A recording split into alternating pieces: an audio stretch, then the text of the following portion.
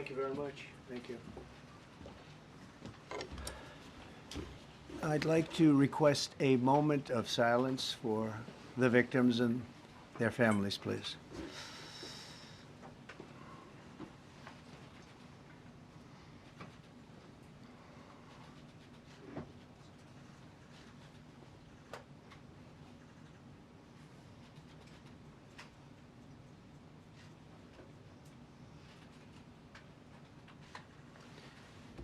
Thank you very much.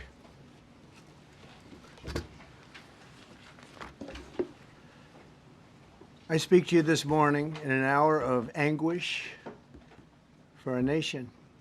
Just before 9 p.m. last night, an American Airlines regional jet carrying 60 passengers and 4 crew collided with an Army Black Hawk helicopter carrying 3 military service members over the Potomac River in Washington, D.C., while on final approach to Reagan National Airport. Both aircraft crashed instantly and were immediately submerged into the icy waters of the Potomac. Real tragedy. The massive search and rescue mission was underway throughout the night, leveraging every asset at our disposal, and I have to say the local, state, federal, military, including the United States Coast Guard in particular, they've done a phenomenal job. So quick, so fast, it was mobilized immediately. The work has now shifted to a recovery mission. Sadly, there are no survivors. This was a dark and excruciating night in our nation's capital and in our nation's history, and a tragedy of terrible proportions. As one nation, we grieve for every precious soul that has been taken from us so suddenly, and we are a country of really, we are in mourning. This has really shaken a lot of people, including people, very sadly, from other nations who were on the flight. For the family members back in Wichita, Kansas, here in Washington, D.C., and throughout the United States and in Russia, we have a Russia contingent, some very talented people, unfortunately, were on that plane. Very, very, very sorry about that. Whose loved ones were aboard the passenger jet. We can only begin to imagine the agony that you're all feeling. Nothing worse. On behalf of the First Lady, myself, and 340 million Americans, our hearts are shattered alongside yours, and our prayers are with you now and in the days to come. We'll be working very, very diligently in the days to come. We're here for you to wipe away the tears and to offer you our devotion, our love, and our support. There's great support. In moments like this, the differences between Americans fade to nothing compared to the bonds of affection and loyalty that unite us all, both as Americans and even as nations. We are one family, and today we are all heartbroken. We're all searching for answers. That icy, icy Potomac, it was a cold, cold night, cold water. We're all overcome with the grief for many who have so tragically perished, will no longer be with us. Together we take solace in the knowledge that their journey ended not in the cold waters of the Potomac, but in the warm embrace of a loving God. We do not know what led to this crash, but we have some very strong opinions and ideas, and I think we'll probably state those opinions now. Because over the years I've watched as things like this happen, and they say, well, we're always investigating, and then the investigation 3 years later, they announce it. We think we have some pretty good ideas, but we'll find out how this disaster occurred, and we'll ensure that nothing like this ever happens again. The FAA and the NTSB and the U.S. military will be carrying out a systematic and comprehensive investigation. Our new Secretary of Transportation, Sean Duffy, his second day on the job when that happened. It's a rough one. We'll be working tirelessly. He's a great gentleman. The whole group these are great people, and they are working tirelessly to figure out exactly what happened. We will state certain opinions, however. I'm also immediately appointing an acting commissioner to the FAA, Christopher Rocheleau, a 22-year veteran of the agency, highly respected. Christopher, thank you very much. Appreciate it. We must have only the highest standards for those who work in our aviation system. I changed the Obama standards from very mediocre at best to extraordinary. You remember that. Only the highest aptitude, they have to be the highest intellect and psychologically superior people were allowed to qualify for air traffic controllers. That was not so prior to getting there. When I arrived in 2016, I made that change very early on because I always felt this was a job that, and other jobs too, but this was a job that had to be superior intelligence, and we didn't really have that, and we had it. And then when I left office and Biden took over, he changed them back to lower than ever before. I put safety first. Obama, Biden, and the Democrats put policy first. And they put politics at a level that nobody's ever seen, because this was the lowest level. Their policy was horrible, and their politics was even worse. So as you know, last week, long before the crash, I signed an executive order restoring our highest standards for air traffic controllers and other important jobs throughout the country. So it was very interesting. About a week ago, almost upon entering office, I signed something last week that was an executive order, very powerful, on restoring the highest standards of air traffic controllers and others, by the way. Then my administration will set the highest possible bar for aviation safety. We have to have our smartest people. It doesn't matter what they look like, how they speak, who they are. It matters intellect, talent, the word talent. They have to be talented, naturally talented geniuses. You can't have regular people doing that job. They won't be able to do it. But we'll restore faith in American air travel. I'll have more to say about that. I do want to point out that various articles that appeared prior to my entering office, and here's one. The FAA's diversity push includes focus on hiring people with severe intellectual and psychiatric disabilities. That is amazing.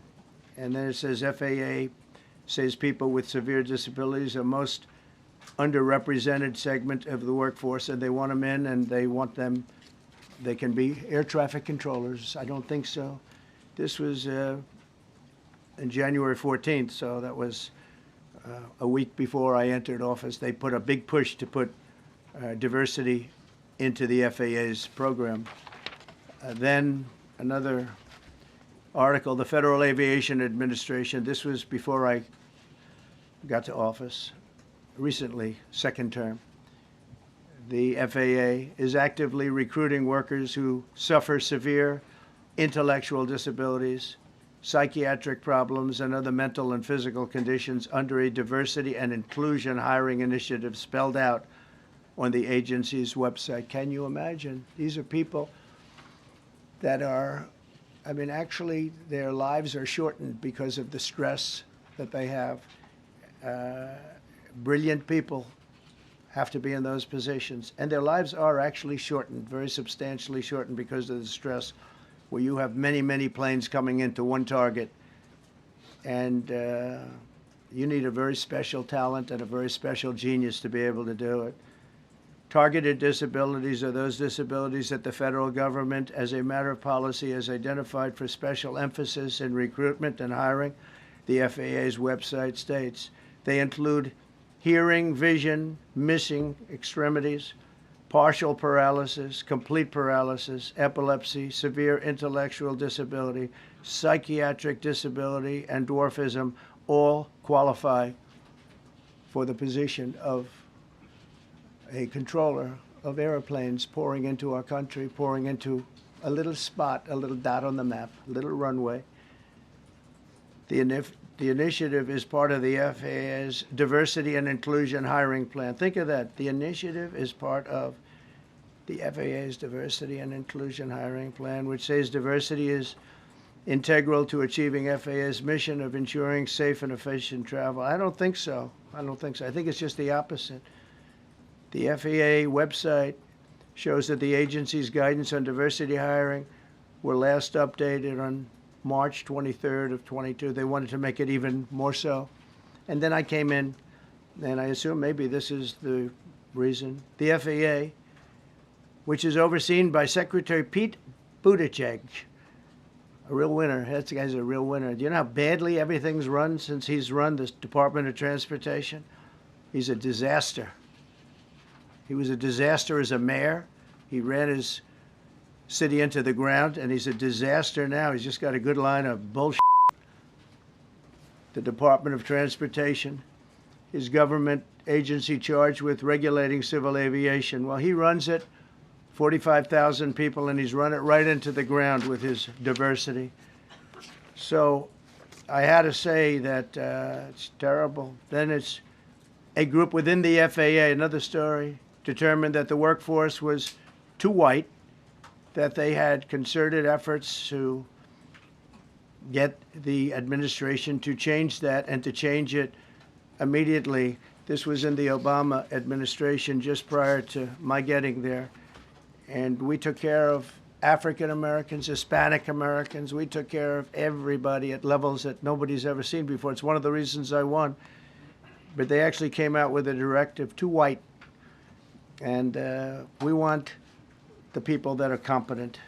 But now we mourn and we pray, and would like to ask all Americans to join me in a moment of silence as we ask God to watch over those who have lost their lives and bring comfort to the loved ones. And I just want to say God bless everyone in this room. This has been a terrible, very short period of time.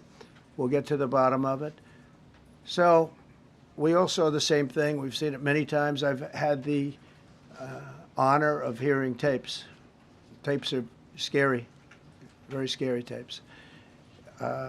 You had a airliner coming in, American Airlines. He was doing everything right. He was on track. He was the same track as everybody else. They came in. It's probably the same track as they've had for 25 years or more. He's coming in the path. And for some reason, he had a helicopter that was at the same height, obviously when they hit, but pretty much the same height, and going at an angle that was unbelievably bad. When the air traffic controller said, do you see, he was talking about, do you see him? But there was very little time left when that was stated. And then also he said, follow him in. And then almost immediately after that, seconds after that, there was the crash that took place. Well, you follow him in, that means like everything's fine, follow him in. You had a pilot problem from the standpoint of the helicopter, because it was visual. It was a very clear night. It was cold, but clear, and clear as you could be. The American Airlines plane had lights blazing. They had all of their landing lights on. I could see it from the Kennedy Center tape. We had a tape up on the Kennedy Center. That seems to be the primary. Thus far, I'm sure we'll see other tapes because it's such an area where there are a lot of cameras looking up into the air, into space. So we'll probably see many other shots of it before too much time goes by. But we had a situation where you had a helicopter that had the ability to stop. I have helicopters. You can stop a helicopter very quickly. It had the ability to go up or down. It had the ability to turn. And the turn it made was not the correct turn, obviously. It did somewhat the opposite of what it was told. We don't know that would have been the difference because the timing was so tight. It was so little. There was so little time to think. But what you did have is you had vision. The helicopter had vision of the plane because you had vision of it all the way, perfect vision of it all the way from at Kennedy Center where the tape was taken. And for some reason, there weren't adjustments made. Again, you could have slowed down the helicopter substantially. You could have stopped the helicopter. You could have gone up. You could have gone down. You could have gone straight up, straight down. You could have turned. You could have done a million different maneuvers. For some reason, it just kept going and then made a slight turn at the very end, and by that time it was too late. They shouldn't have been at the same height, because if it was at the same height, you could have gone under it or over it, and nobody realized, or they didn't say that it's at the same height. At the same height, it still wouldn't have been great, but you would have missed it by quite a bit. Could have been 1,000 feet higher. It could have been 200 feet lower, but it was exactly at the same height, and somebody should have been able to point that out. So all of this is going to be studied, but it just seems to me, from a couple of words that I like to use, the words common sense, some really bad things happened, and some things happened that shouldn't have happened. So you had a helicopter going in an identical direction. You had a helicopter that was at the exact same height as somebody going in essentially the opposite direction. You had a plane that was following a track, which is a track that every other plane followed. And I don't imagine, I know I've heard today that they might have been following the preceding plane, which was pretty close, but not that close, the preceding plane. But you wouldn't have even been able to see that because of the direction that the helicopter was coming in at. So you had a confluence of bad decisions that were made, and you have people that lost their lives, violently lost their lives. We're going to take a few questions. I'd like to ask our new Secretary of Transportation to say a few words. Sean Duffy, great gentleman, just started. It's not your fault, and I know you agree with me very strongly on intellect and even psychological well-being of the air traffic control. It's such an important position, and I think I can't emphasize stronger.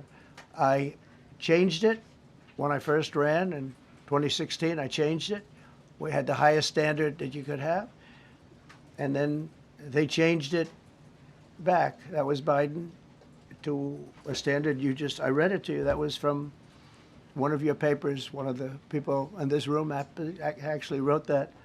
And then I changed it back a few days ago. And unfortunately, that was, we'll see. We don't know that necessarily it's even the controller's fault. But one thing we do know, there was a lot of vision, and people should have been able to see that, at what point do you stop? At what point do you say, wow, that plane's getting a little bit close? So this is a tragedy that should not have happened. Please, Sean. Thank you, Mr. President. And I would just note the President's leadership has been remarkable during this crisis. We have had a whole of government response, local, state, federal, and when you see that kind of cooperation, it begins with the leadership in this body. So thank you for that, Mr. President. You make our jobs a lot easier. You made an important point that when we deal with safety, we can only accept the best and the brightest in positions of safety that impact the lives of our loved ones, our family members. And I think you make a really important point on that, Mr. President. That is the motto of your presidency, the best and the brightest, the most intelligent coming into these spaces. I want to take a moment and extend my condolences to the families of the loved ones. We commit to them that we are going to get to the bottom of this investigation, not in 3 years, not in 4 years, but as quickly as possible, with the NTSB, who is here today, as well as the FAA. What happened yesterday shouldn't have happened. It should not have happened. And when Americans take off in airplanes, they should expect to land at their destination. That didn't happen yesterday. That's not acceptable. And so we will not accept excuses. We will not accept passing the buck.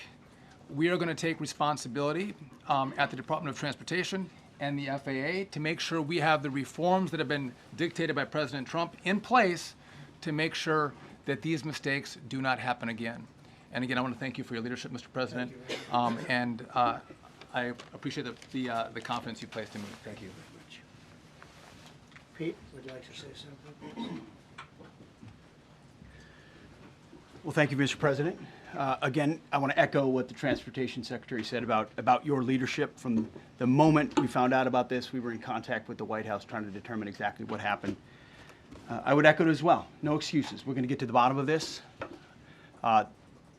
we first and foremost from the Defense Department want to pass our condolences to the 64 souls and their families that were affected by this. Never should happen. And certainly the 3 service members, the 3 soldiers, a young captain, staff sergeant, and a CW2, Chief Warrant Officer, on a routine annual retraining of night flights on a standard corridor for a continuity of government mission. The military does dangerous things. It does routine things on the regular basis. Tragically, last night, a mistake was made. And I think the president is right.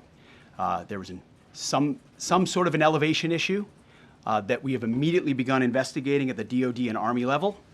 Army CID is on the ground investigating. Top-tier aviation assets inside the DOD are investigating, sir, to get to the bottom of it so that it does not happen again, because it's absolutely unacceptable. But I want to echo what the Transportation Secretary and you, Mr. President, said, because it pertains to the DOD as well. We will have the best and brightest in every position possible. As you said in your inaugural, it is colorblind and merit-based. The best leaders possible, whether it's flying Black Hawks and flying airplanes, leading platoons, or in government. The era of DEI is gone at the Defense Department, and we need the best and brightest, whether it's in our air traffic control, or whether it's in our generals, or whether it's throughout government. So thank you for your leadership and courage on that, sir, and we'll stand by you on it. Thank you. Very much. JD, please. Well, thank you, Mr. President, for your leadership. I just want to reemphasize something the President said, and you've heard from the Secretary of Transportation and of Defense. There really was a whole of government response. We were all on the phone. We were all communicating yesterday, trying to get to the bottom of this immediately, but also try to communicate with the American people about what happened. Something the President said that I think bears reemphasizing, which is that when you don't have the best standards in who you're hiring, it means, on the one hand, you're not getting the best people in government, but on the other hand, it puts stresses on the people who are already there. And I think that is a core part of what President Trump is going to bring and has already brought to Washington, D.C., is we want to hire the best people because we want the best people at air traffic control, and we want to make sure we have enough people at air traffic control who are actually competent to do the job. If you go back to just some of the headlines over the past 10 years, you have many hundreds of people suing the government because they would like to be air traffic controllers, but they were turned away because of the color of their skin. That policy ends under Donald Trump's leadership because safety is the first priority of our aviation industry. Thank you, Mr. President.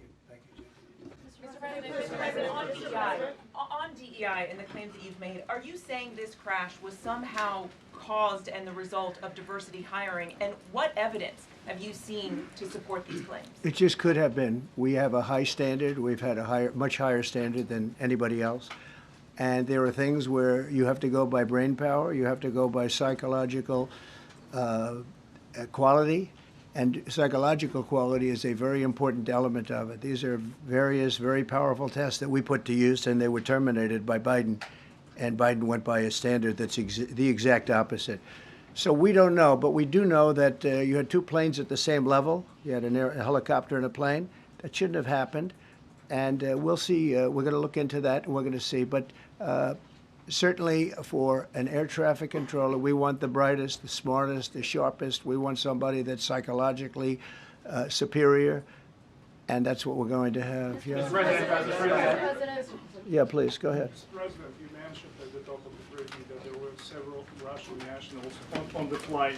Yes. Will the U.S. government be willing to facilitate the transfer of their remains, considering Yes, we the will. fact there is no direct air travel between the 2 countries? We've already been in contact with Russia, and the answer is yes, we will facilitate. Yes. Please, go ahead. Thank you, Mr. President. The situation in the Democratic Republic of the Congo is getting worse, even though President John Lorenzo has been mediating the conflict between Rwanda and the Democratic Republic of the Congo because he wants to bring peace and stability. The situation is really bad right now. I want to hear from Ms. President if you have any plan in the future to bring peace in the Well, Democratic you're asking me a Republic question of the about Congo. Rwanda, and it is a very serious problem. I agree, but I don't think it's appropriate right now to talk about it. But it is a very serious problem. We don't even yet know the names of the 67 people who were killed, and you are blaming Democrats and DEI policies and air traffic control and seemingly the member of the U.S. military who was flying that Black Hawk helicopter. Don't you think you're getting ahead of the investigation right now? No, I don't think so at all. I don't think with the names of the people, you mean the names of the people that are on the plane? You think that's going to make a difference? Does it cover their families They too, or are are you a blaming group of DEI people that have policy? lost their lives. If you want a list of the names, we can give you that. We'll be giving that very soon. We're in coordination with American Airlines. We're in coordination very strongly, obviously, with the military. But I think that's not a very smart question. But are you I'm blaming- surprised coming from you. Are you blaming Please, please. Thank you, President Trump. Thank you for being here. Based on your analysis so far, do you have a sense of who was at fault, if it was the plane, the helicopter, air traffic control, and can you assure people that it is safe to fly in and out of D.C.? Well, I've given you the analysis, and the analysis was it was based on vision. You had a lot of people that saw what was happening. You had some people that knew what was happening. There was some warnings, but the warnings were given very, very late. You know, those warnings were given very late. It was almost as they were given. A few seconds later, there was the crash. It should have been brought up earlier. But the people in the helicopter should have seen where they were going. I can't imagine people with 20/20 vision not seeing, you know, what's happening up there. Again, they shouldn't have been at the same height. You're going in reverse directions or sideways directions. Obviously, you want to be at different heights. I see it all the time when I'm flying. You have planes going in the opposite. They're always lower. We're higher. So if somehow there's a screw up, there's not going to be a tragedy. It'll be close, but you know, there's never going to be a tragedy if you're at a different elevation. For whatever reason, they were at the same elevation. And also, from the American Airlines standard, he's along the track that every plane is along. You say, what was a helicopter doing in that track? It's very sad. But visually, somebody should have been able to see and taken that helicopter out of play. And they should have been at a different height. Thank you, sir. You mentioned the Russians that were on board that plane. What other nationalities were on board that passenger? There were a couple of others. We're going to be announcing it in about an hour. We have some very specific information. We're calling the countries. We've spoken to most of them, but there were some other countries represented. Mr. President, have you spoken to President Putin? I have not, no. Mr. President, on your executive order, Not about this. on your executive order, you've already issued an executive order. You say will restore aviation safety. Right. This crash happened after that. Was the executive order successful, and what more needs to change to keep people safe? Well, you know, we issued it 3 days ago, and we're in the process of making those changes. This is something that should have been done a long time ago. Actually, my original order should have never been changed, and I think maybe you wouldn't have had this problem. Maybe. Yeah, please, go ahead. Yes, thank you. We see like everyday life that very often those diversity hires cause sometimes issues, as you just mentioned. So what plan do you have? Are we going to see some fire? Are you going to fire some of those diversity hires in the federal government? What plan do you have? I would say the answer is yes. If we find that people aren't mentally competent, you see the language. The language is put out by them. And if you see that, I'm not going to bore you by reading it again, but these are not people that should be doing this particular job. They'd be very good for certain jobs, but not people that should be doing this particular job. Mr. President, you have today blamed the diversity elements, but then told us that you weren't sure that the controllers made any mistake. You then said perhaps the helicopter pilots were the ones who made the mistake. It's all under investigation. I understand that. That's why I'm trying to figure out how you can come to the conclusion right now that diversity had something to do with this crash. Because I have common sense, okay? And unfortunately, a lot of people don't.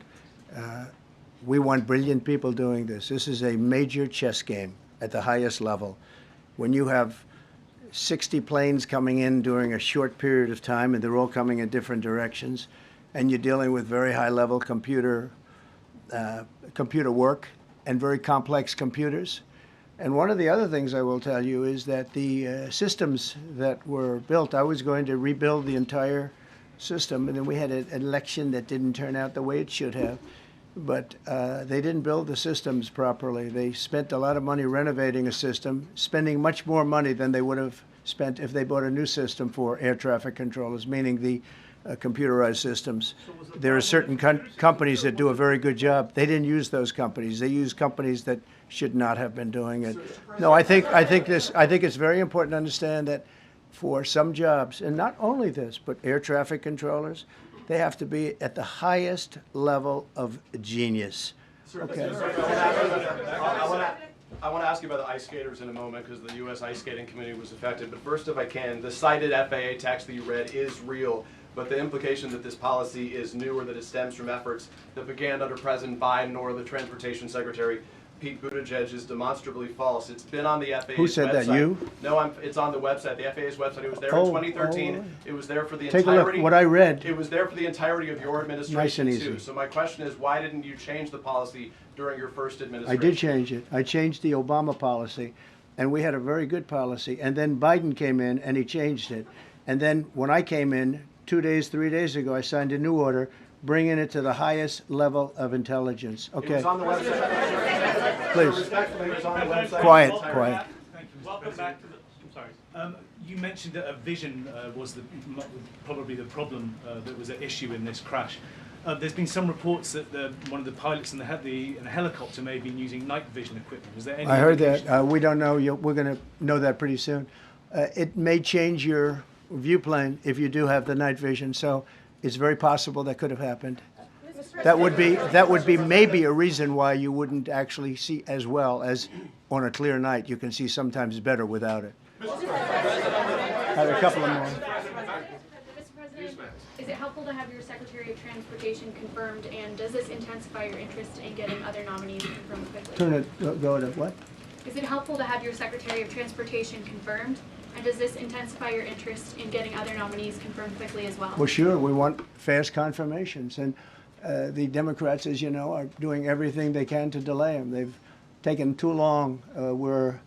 We're struggling to get very good people that everybody knows are going to be confirmed, but we're struggling to get them out faster. We want them out faster. It's a good question, actually. We've been pushing Sean. Everyone knows Sean for a long time. He got many, many Democrat votes, but they want to take as long as they can. They ask questions like some of the questions that Peter would ask that were totally irrelevant and not very good questions, but they want to just keep it going. They want to keep it going as long as possible. I was very honored, actually, that you got so many Democrat votes. That was really good.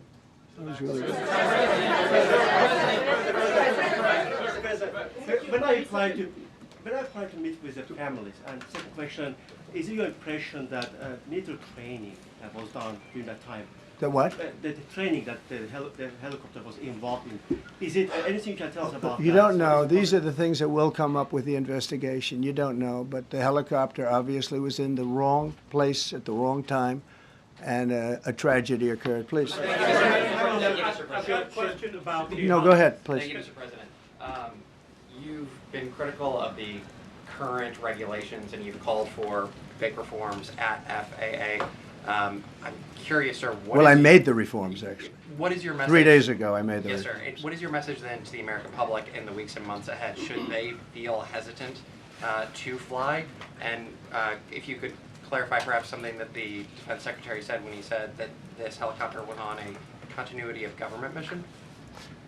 I don't know what that refers to, but they were practicing. They do that. They call it practicing, and they were, and that's something that should be done. It's only continuity in the sense that we want to have very good people, and that has to be in continuity, and that's what they refer to. But it was basically practice, and it was a practice that worked out very, very badly. Okay.